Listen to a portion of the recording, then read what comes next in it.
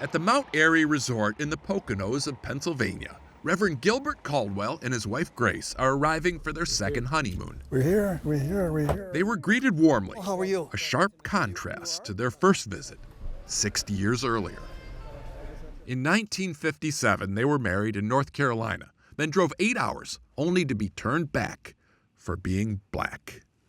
How did they put it? Did they give you a reason? First, they pretended I didn't have a reservation, where I actually brought a copy. And then, of course, they said, but if we said yes, our guests would be very unhappy. They had to stay at a black-owned hunting lodge instead. Men with these big guns. Not what you were planning on for your honeymoon? Not what we were planning on. Prodded partly by that experience, Gil immersed himself in the civil rights movement, working side by side with Martin Luther King Jr.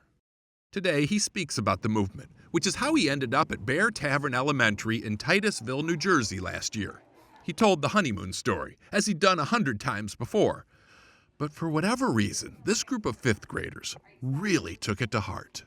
At the end of the story, I was like, that's just terrible. It was really heartbreaking. Just because it's just so wrong. I feel like this is the worst thing that someone could do to someone. Even months after the Caldwells' visit, kids like Emily Eshelman are still this affected. You feel bad for them that they had to go through that? A ton. A ton. Which is why each fifth grader wrote a letter to Mount Airy. One said, "The Caldwells made me think about not only standing up for myself, but standing up for others and fixing mistakes that were made in the world."